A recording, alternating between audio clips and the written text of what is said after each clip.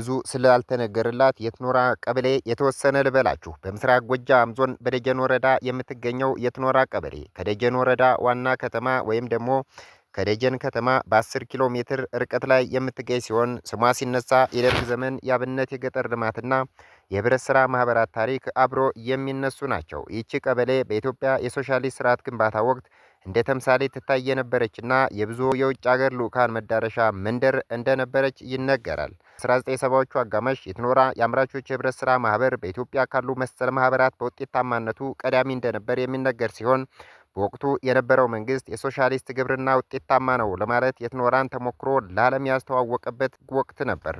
በዚህም ገበሬው በጋራ አርሶ ምርቱን በጋራ የሚያከማችበት ስርዓት ተዘርግቶ ነበር።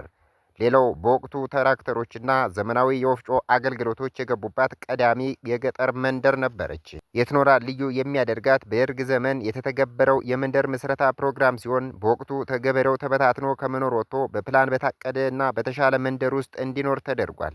በዚህም የተለያዩ ለውጦች ታይተው ነበር። ተመሳሳይ ቅርጽ ያላቸው ቤቶች ተገንብተዋል። የተደራጀ የመኖሪያ መንደር ተገንብቷል። የትምህርትና የጤና ተደራሽነት ተስፋፍቷል። የገበሬው ማህበር በጋራ የማምረትና የመሸጥ ባህል እንዲዳብርም ተደርጓል። ክሊኒኮች፣ ትምህርትና ሌሎችም ተቋማት በወቅቱ የተሟሉላት ተወዳጅ ቀበሌ ነበረች።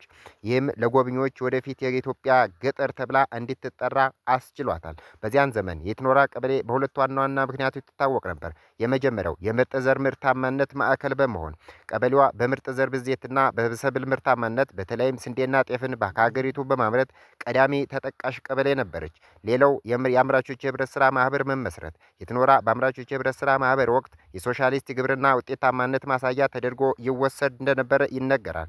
ከፍተኛ የመንግስት ባለስልጣናትና የውጭ ሀገር ልዑካንም ሳይቀሩ በተደጋጋሚ ይጎበኟት የነበረች ተወዳጅ ቀበሌ ናች። የትኖራ የቀድሞው የኢትዮጵያ ፕሬዝዳንት ኮሎኔል መንግስቱ ኃይለማርያም ደጋግመው የጎበኟት ስፍራ ነበረች። በወቅቱ የነበሩ የሶሻሊስት ሀገራት መሪዎችም እንደ ምስራቅ ጀርመንና ቡልጋሪያ ያሉ ቀበሌዋን ይጎበኙ እንደነበረ ይነገራል። ይሁን እንጂ ስርዓቱ ሲቀየር በ1983 ዓ.ም ማህበሩ ፈርሶ ገበሬውም ወደ ግል ይዞታው ተመልሷል። ዛሬ ላይ የትኖራ የዚያን ታሪክ አሻራ እና የጎጃም ታታሪ ገበሬዎች መገኛ ምድር ናት።